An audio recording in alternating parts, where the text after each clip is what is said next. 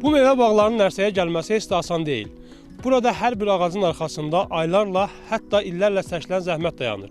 Torpağın hazırlanması, tinçlərin əkilməsi, müntəzəm suvarma və qulluq prosesi fermerlərdən böyük səbir və diqqət tələb edir. Fermer Ədalət Həsənovun meyvə bağı da zəhmətin nümunələrindən biridir. O deyir ki, bir ağacı yetişdirmək təkcə torpağa ting əkməklə bitmir. Bu iş illərin səbrini, hər mövsümün qayğısını tələb edir. 20 ilə yaxındır ki, mən həm tinciçiliklə, həm də bağçılıqla başlayıram. Burada gördüyünüz bu meyvə bağları hamısını özümüz becərmişik, özümüz peyvasını vurub və əkmişik. Meyvə bağlarımızda nələr var?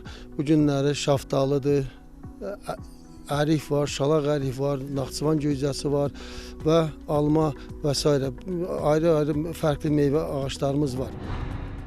Bağda diqqət çəkən əsas məqamlardan biri də calaq işləridir. Ədalət Həsənov bildirir ki, məhsuldarlığı artırmaq və keyfiyyətli meyvə əldə etmək üçün calaq mühüm rol oynayır. Hər bir ağac üzərində aparılan bu incə iş təcrübə və dəqiqlik tələb edir. İqlim şəraiti də bağçılıqda həlledici amillərdən sayılır.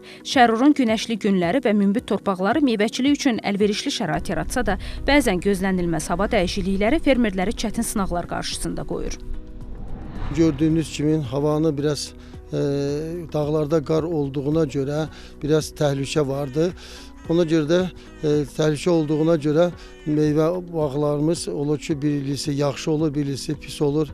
Məsələn, keçən illəri meyvə bağlarından biz 10 ton meyvə götürmüşdüksə, bu illəri əgər şaxta vurmasa 20 ton, 25 ton meyvə götürməyə hazırıq.